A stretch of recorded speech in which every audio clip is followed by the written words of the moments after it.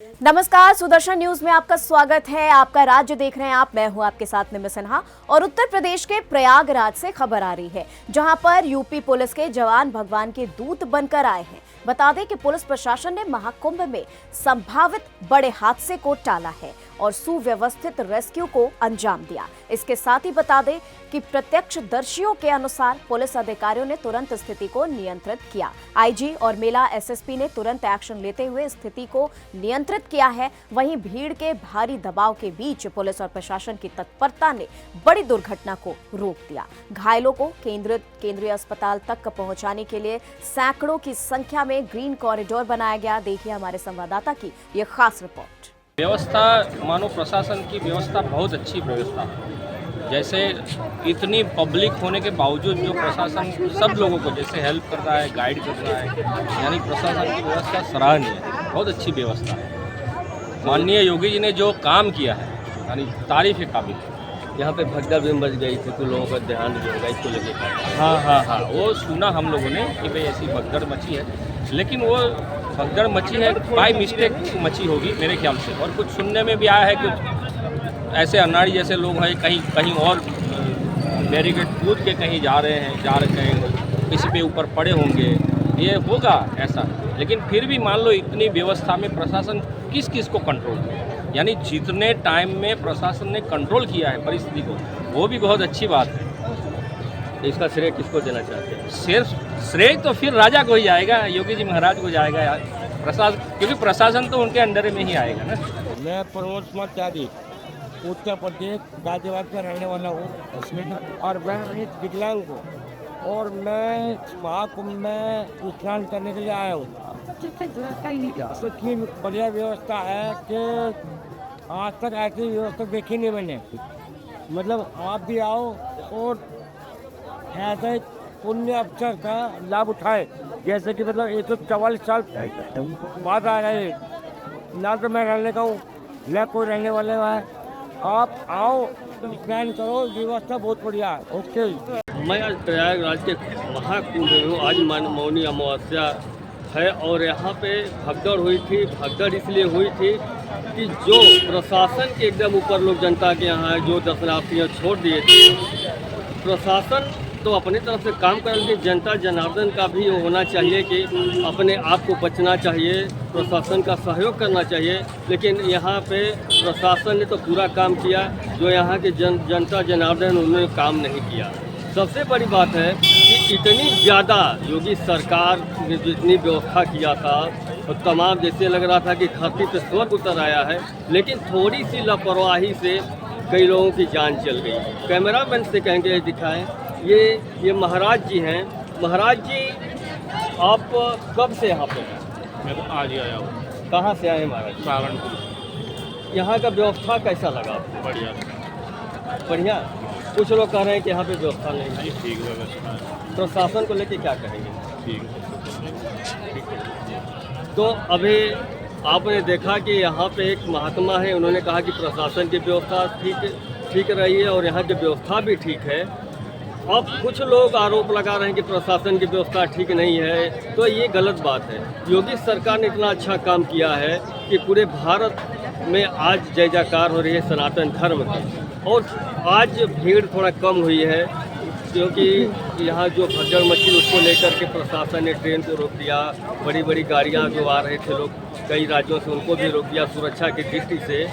अब देखना है कि साधु संतों का तो स्नान हो गया, लेकिन उम्मीद है कि कुछ घंटों बाद फिर उसी रफ्तार से यहाँ पे स्नान शुरू होगा। कैमरामैन जीपी सिंह के साथ प्रयागराज। खबर उत्तर प्रदेश के फर्रुखाबाद से, जहां पर माघ मेला रामनगरिया में बीजेपी सांसद मुकेश राजपूत ने विकास प्रदर्शनी का शुभारंभ किया और सरकार की जन कल्याणकारी योजनाओं की जानकारी देने के लिए माघ मेले में विकास प्रदर्शनी का आयोजन किया गया है। विकास प्रदर्शनी में कृषि विभाग, शाक भाजी बैंक, स्वास्थ्य विभाग और इसके सहित ही कई सरकारी योजनाओं के स्टॉल भी लगाए गए हैं। वहीं मेले में आने वाले लोगों को प्रदेश और केंद्र सरकार योजनाओं की जानकारी भी दी जाएगी।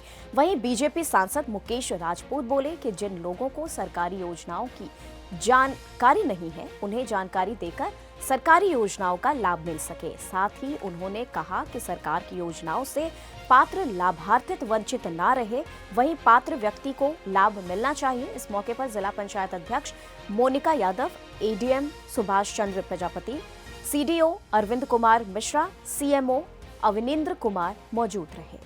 इस बार रहेंगे, सभी अधिकारी रहेंगे, जो संबंधित अधिकारी हैं आज ही मैं सुनिश्चित करा दूंगा, सभी अधिकारी रहेंगे।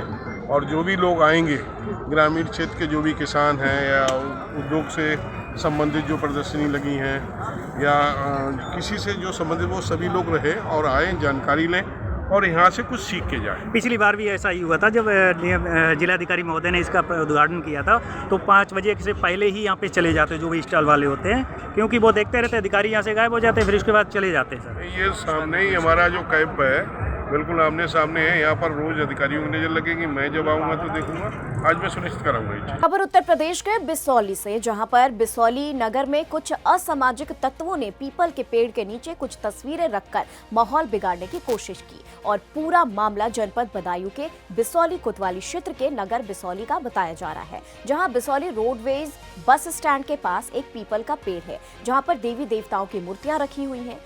वहीं किसी असामाजिक तत्व ने सामाजिक स्थिति बिगाड़ने के लिए कुछ असामाजिक तस्वीर वहां पर रख दी, जिसके बाद सूचना पर पहुंचे बजरंग दल के कार्यकर्ता ने पुलिस को सूचना दी और बुधवार 12 बजे तुरंत बिसौली कोतवाली पुलिस मौके पर पहुंची और उन तस्वीरों को वहां से हटा दिया। और बजरंग दल के कार्यकर्ता ने कहा कि जो लोग सामाजिक स्थिति बिगाड़ने की कोशिश करते हैं, उन लोगों पर पुलिस तुरंत कार्रवाई करेगी। यूपी के फर्रुखाबाद में प्रदेश सरकार की जीरो पॉवर्टी योजना के तहत गरीबी रेखा से नीचे जीवन यापन करने वाले परिवारों को सरकारी योजनाओं का लाभ देकर गरीबी से बाहर लाने का प्रयास किया जा रहा है। हालांकि सर्वेयरों की लापरवाही और फोटो अपलोडिंग में गड़बड़ियों ने योजना की प्रगति में बाधा उत्पन्न कर दिया है, तो वहीं गड़बड़ी वाले क्षेत्रों में पुनः सर्वेक्षण के निर्देश दिए गए और इसके साथ ही जिन लाभार्थियों का चयन हो चुका है, उनकी सूची को सार्वजनिक स्थानों और पोर्टल पर प्रदर्शित किया जाएगा और इसके बाद चयनित लाभार्थियों को आवास, पेंशन, शौचालय, गैस कनेक्शन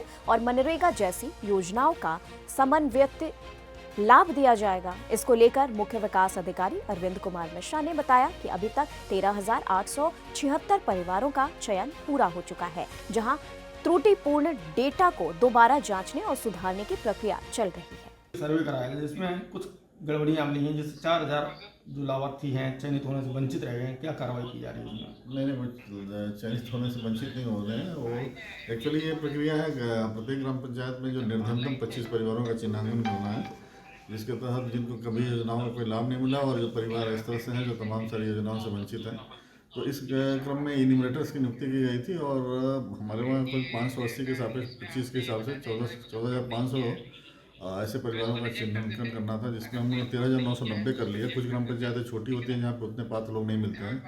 इसमें कुछ जैसे पिक क्वालिटी में कुछ गड़बड़ी थी, उसमें पिक क्वालिटी ख़राब होने की वजह से वहाँ से फिर रिटर्न किया जाता है उसको, फिर दूसरी पिक लेके और रिलोड करने के लिए। तो ऐसे लगभग 5,000 इस तरह के लाभार्थियों को हमने रिटर्न किया है कि पिक रिलोड करने के, तो उसमें से अधिकांश का हमने पिक फिर से रिलोड कर दिया है। और जो एक आध जो कुछ अपात्र होते हैं, लगभग ऐसे 400 के आसपास अपात्र का उसमें चयन किया गया था, तो उसको वहाँ से रिजेक्ट कर दिया गया है। तो इसमें कहीं ऐसा नहीं है कि कोई वंचित रह जाएगा। इसमें हम लोग चिन्हित करके उन समस्त परिवारों को इसमें हम लोग शामिल करेंगे जो अभी तक तमाम सारी योजनाओं से वंचित रहे हैं या जो समाज के सबसे कमज़ोर लोग हैं। तो इससे फ़ायदा ये होगा कि उनको तमाम सारी योजनाओं को कन्वर्स करके उनको हर तरह से सक्षम बनाने में सुविधा रहेगी। हम लोग उनको चिन्हित करते हुए जितनी कल्याणकारी योजनाएं उन पर कन्वर्स करेंगे और जिन चीज़ जो वंचित हैं, जो आवास के लिए हो, खाद्यान्न सर्वे कराया जाएगा। नहीं, सर्वे दोबारा नहीं होता है। 5,000 जो परिवार आप बता रहे हैं ना, वो एपिक जो उनकी पिक थी ना, पिक उन्होंने सेल्फी मोड में या कुछ गलत पिक या धुंधली पिक आ गई थी उसमें, तो वो वहाँ से रिटर्न किया गया, क्योंकि ऑनलाइन वहाँ पे उसका फिर से चेक हो रहा है मुख्यालय स्तर से। तो यहाँ पे हर जगह के लिए है, कहीं और अधिक संख्या में और जनपदों में हो सकता है। यहाँ पे तो अभी फिर भी अच्छा काम हुआ है और हम लोगों ने बहुत समय से उसको पूरा कर लिया था। तो वो रिजेक्शन नहीं है, वो उनको रीलोड करने के लिए भेजा गया, जिसको हम रीलोड कर रहे हैं। यूपी के मथुरा के वृंदावन में वर्चस्व की लड़ाई देखने को मिली है। वहीं फायरिंग में ड्राइवर की गई जान इसी के साथ आपको बता दें वृंदावन का परिक्रमा मार्ग रणभूमि बना नजर आया। बता दें कि बुधवार की देर रात वृंदावन का पवित्र परिक्रमा मार्ग पर गोलियों की गूंज सुनाई दी, जिसके चलते इलाके में सनसनी फैल गई। घटना की सूचना मिलते ही डीआईजी और एसएसपी शैलेश कुमार पांडे समेत पुलिस बल पहुंचा और मौके पर पहुंची पुलिस अब आरोपियों की तलाश में जगह जगह दबिश देती नजर आई। ये लगभग 10 बजे रात के आसपास यहाँ पे श्याम कुटी इलाका पड़ता है वृंदावन में। यहाँ जो अभी तक पता चला है, दो पक्षों के बीच में झगड़ा हो रहा था, उसी में गोली चली और एक व्यक्ति जो वहाँ पास में खड़ा था, जो थाना सुरीर क्षेत्र का टेटी गांव के पास उसका गांव है, वहाँ के रहने वाले थे, उन्हें गोली लग गई और उनकी हॉस्पिटल में डेथ हो गई है। एक अन्य व्यक्ति जिसका नाम राज है, वो भी यहीं का रहने वाला है, उसको बाहाँ से छू के गोली निकली थी। वो बिल्कुल नॉर्मल है, खतरे से बाहर है, मामूली चोट है और फर्स्ट एड लेके कुछ देर ऑब्जर्वेशन में रखने के बाद जो डॉक्टरों ने बताया उनको डिस्चार्ज कर दिया जाएगा। ये जो दोनों पक्ष हैं जिनके बीच में झगड़ा हो रहा था, इनका चिन्हीकरण किया जा रहा है। सीसीटीवी कैमरे तथा अन्य सोर्सेज से इनकी जानकारी, कुछ के नाम भी आ गए हैं, हमारी टीमें लग गई हैं।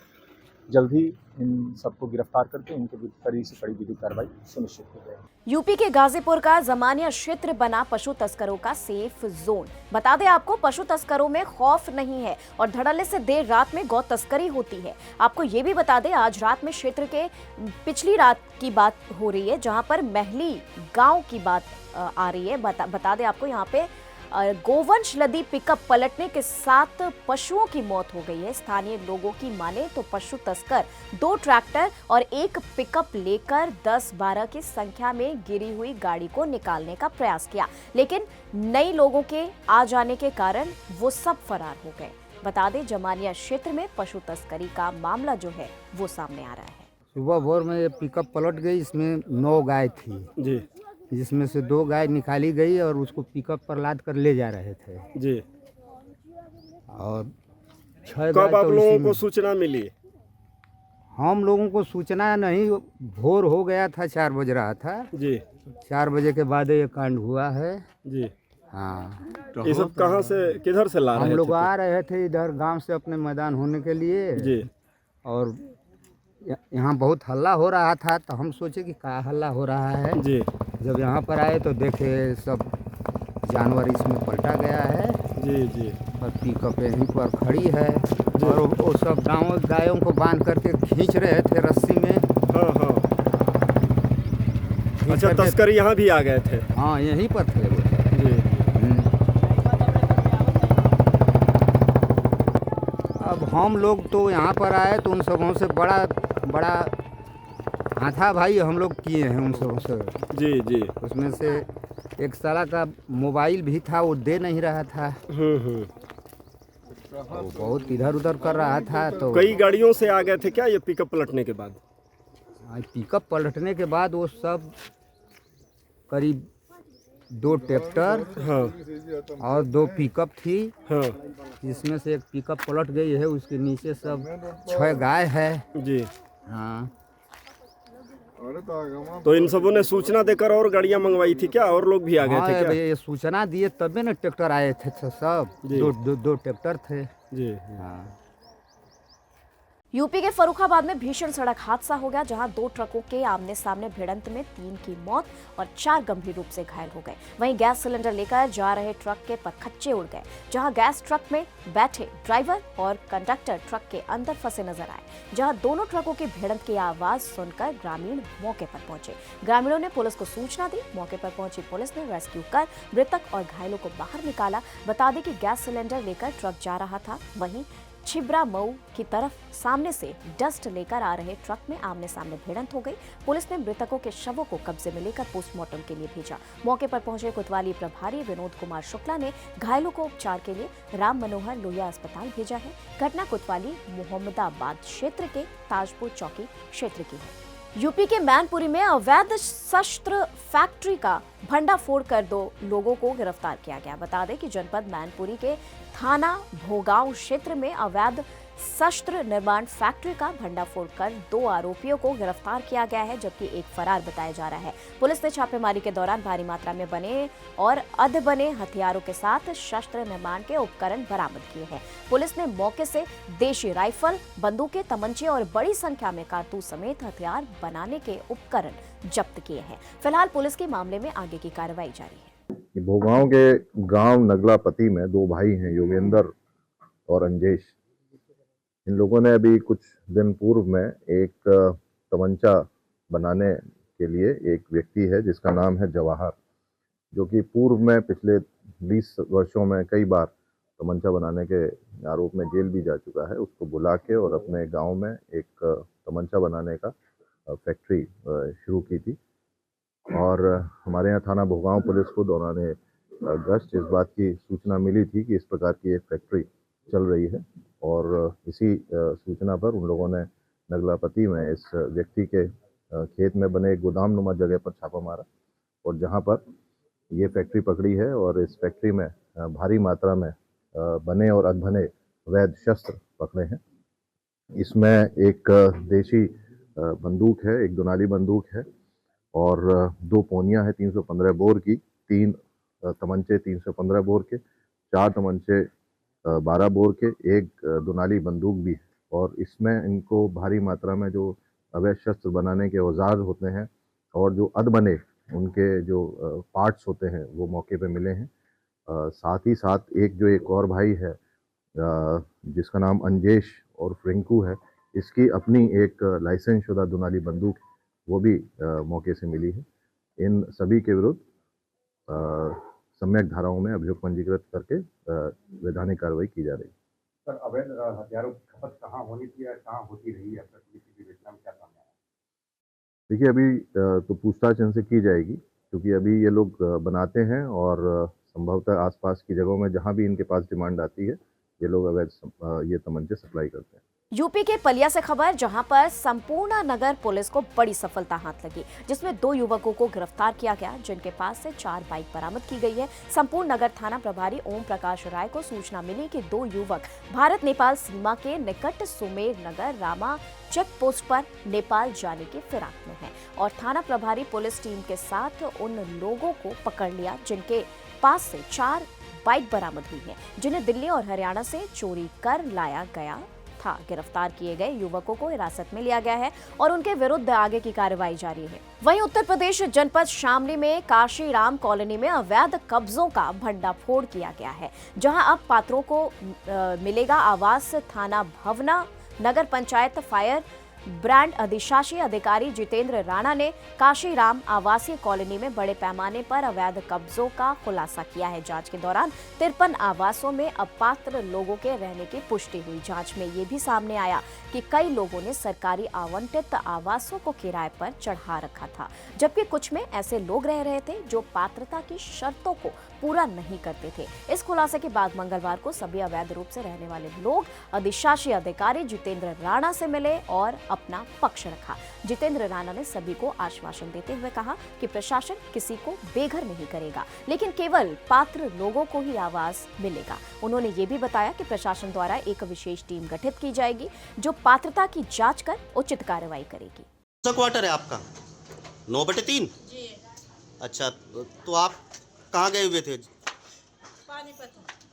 क्या ये किराए पे दे रखा था आपने? नहीं, नाम ने बेंच ने किराए पे दे रखा किसी को। अब नारा सामान पड़ा सब कुछ इसमें।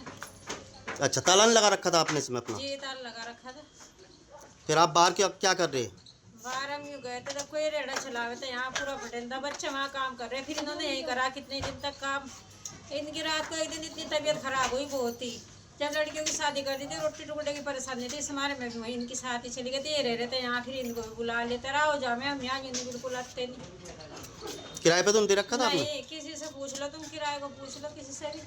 समस्तीपुर निवासी 72 वर्षीय मदन दास न्याय की आस में दर-दर भटकने को मजबूर है। लैंड जिहादी आफ्ताब आलम ने मदन दास को बंधक बनाकर, आपको बता दें, बंधक बनाकर कई बीघा जमीन जो है अपने नाम लिखा है और समस्तीपुर निवासी 72 वर्षीय मदन दास न्याय की आस में दर दर भटकने को मजबूर है। लैंड जिहादी आफ्ताब आलम ने मदन दास को बंधक बनाकर कई बीघा जमीन अपने नाम करवा लिया है। बता दें कि बिहार में भू माफियाओं का एक संगठित आपराधिक नेटवर्क विकसित हो चुका है, जिसके कारण न केवल लोगों को न्याय मिलना कठिन हो गया है, बल्कि न्याय की आस में दर दर भटकते नजर आ रहे हैं मजबूर।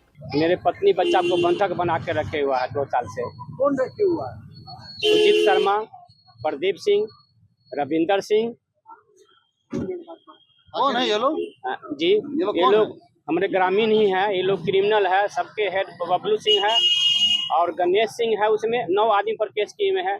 नारायण सिंह, सरजू सिंह, दिलीप सिंह, कुल 9 आदमी है। इनके साथ में 10 से 15 आदमी और भी है जो मेरे पत्नी बच्चा को बंधक बना के रखे हुआ है। कहाँ पर? मेरे ही घर में। आप ही के घर में बंधक बना के रखा है? जी, उसका मांग है कि बंधक बना कर 40 लाख रुपया मांग है कि 40 लाख रुपया दो, तुम्हारे पास जमीन है और इतना जमीन रख के तुम क्या करोगे? या तो पैसा दो, नहीं देगा पैसा तो तुमको जान मार देंगे। और मेरे साथ मारपीट किया, घर में जो सामान था लूटपाट किया और सीसी कैमरा लगा था उसका आरडीएक्स भी वो गायब कर दिया। और मेरे पत्नी को जो है मैंने 16-23 केस दर्ज किया। उसके 1 महीना बाद मेरे पत्नी के साथ यौन शोषण किया तो 70-23 केस भी दर्ज किया। उसी के लेकर के हम आजी साहब से मिलने आए हैं। इनके यहाँ लगभग 10 बार आ चुके हैं मिलने के लिए, लेकिन आज तक कोई कार्रवाई नहीं हुआ। आप यहाँ 10 बार आ चुके हैं, वहाँ के एसपी साहब क्या करेंगे? एसपी से हम लगभग 50 बार मिल चुके हैं। पहला जो हृदयकांत एसपी साहब थे, उन्होंने अपनी घटना को हम बताए, 10 बार मिले, बताए तो बोले कि पुलिस केस दर्ज नहीं कर रही है तो आप कोर्ट से केस कीजिए। एसपी साहब बोले? एसपी साहब बोले। तो 56 के तहत हम जो है केस करके थाना पर भेजे तो थाना केस दर्ज किया 16-23।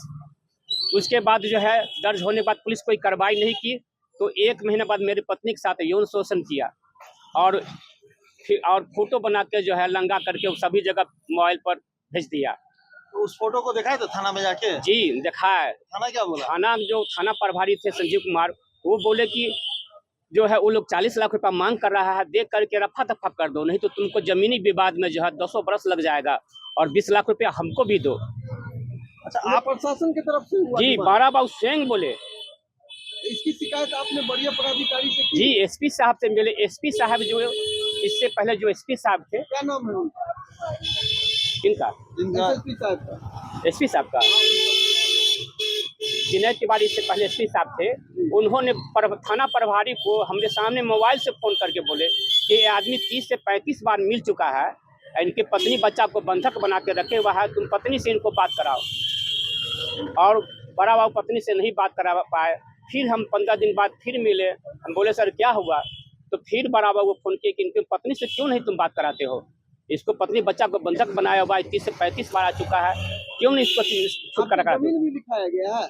जी, 4 बीघा जमीन भी हमको भी बंधक बना के 4 बीघा भी जमीन लिखा लिया। कौन बंधक बनाए? अभिताम आलम, निशांत कुमार, नीतीश कुमार। एक बात बताइए, आप अपने घर में घुस नहीं पा रहे, स्थानीय समाज के लोग? स्थानीय सभी लोग वो अपराधी लोग वहाँ कब्जा किए हुआ है, उसके डर से समाज लोग कोई बोल नहीं रहा है। जो गवाह है उसके साथ भी वो लोग जाकर मारपीट किया कि कोई भी व्यक्ति इनके गवाही नहीं दे सकता है। क्या आप लोग आपके अलावा भी इससे पहले किसी के साथ किया है इस तरह की घटना? वो लोग? जी, वो अपराधी है। बबलू सिंह सबसे हेड है, वो माफिया है, शराब माफिया है, उससे लोग समाज डरता है। कोई नहीं बोल सकता। एसपी जब डर रही है, दरोगा डर रहा है, आम आदमी क्या कर पाएगा? यानी समस्तीपुर पुलिस पूरा डर रही है? पूरे डर रही है। 3 बरस केस का हो गया, आज तक जो है कुछ नहीं कर पाया पुलिस। अभी क्या बोलिए मैडम, अंदर से आपसे मुलाकात? बोले कि हम एसपी साहब को दे दिए हैं। एसपी साहब से मिले, हम ये भी एसपी साहब से मिले, कहते हैं कि फिर ये आ गया। अभी जो वर्तमान एसपी? हाँ, से आपका केस तो डीएसपी साहब के पास में है, वही कुछ करेंगे, हम क्या कर सकते हैं? अच्छा, एसपी साहब ये बोले हैं? हाँ, डीएसपी साहब करेंगे? हाँ। और डीएसपी साहब क्या बोलते हैं? डीएसपी साहब जो है वो कहते हैं कि हम क्या कर सकते हैं, आपका तो बड़े बाबू जो है वो नहीं कुछ कर पाया था, हम क्या कर पाएंगे? अच्छा, अभी आप आईजी साहब और क्या आश्वासन आपको आज? एसपी साहब जी, एसपी साहब को कहें कि एसपी साहब को हम इंक्वायरी करेंगे। एसपी साहब को आपको न्याय मिलेगा? जी नहीं, हमको कोई न्याय का उम्मीद नहीं है। क्या कीजिएगा? कहीं से भी अगर न्याय नहीं मिला तो आप क्या कर सकते? आत्महत्या कर लेंगे। पुलिस प्रशासन के सामने हम जाकर आत्महत्या कर लेंगे। आप खा रहे हैं प्रशासन की तरफ जी, तो कितनी दिन से आप कर रहे हैं? 3 साल से भटक रहे हैं। क्या नाम है आपका पूरा? मदन दास। पिताजी का नाम? स्वर्गीय रामेश्वर दास। पूरा गांव का पता? मुरादपुर बंगला। उनका भी मतलब जो ये मर्डर हुआ है जमीनी विवाद में? जी, हमारे पिताजी जमीनी के लेकर हमारे पिताजी की हत्या कर दिया और 1 साल के थे तो हमारी किडनैपिंग के सीतामढ़ी अनाथालय में रख दिया। कौन रख दिया था आपको अनाथालय में किडनैप करके? नारायण सिंह था, सरजू सिंह था, अशोक सिंह था। सब जमीन को लेकर के? जी, जमीन के लेकर के। और अभी भी अशोक सिंह कहता है, क्या कहता है अशोक सिंह कहता है कि 2 बीघा जमीन लिख दो हमको, कुल को रफा दफा हम कर देंगे, सबको वहाँ से भगा देंगे। और जब तक नहीं लिखोगे। बबलू सिंह से ज्यादा दबंग अशोक सिंह है क्या? हाँ, सब कांटेक्ट में है, सब एक दूसरे से है। अच्छा, आप क्या दलित महादलित समाज से हैं? नहीं, हम साधु हैं, दास बोलते हैं टाइटल मेरा। हमारे पूर्वज लोग भी पूजा पाठ करते आए हैं। पूरा नाम क्या है? मदन दास। कौन सी कम्युनिटी से आते हैं आप? हम कबीरपंथी हैं।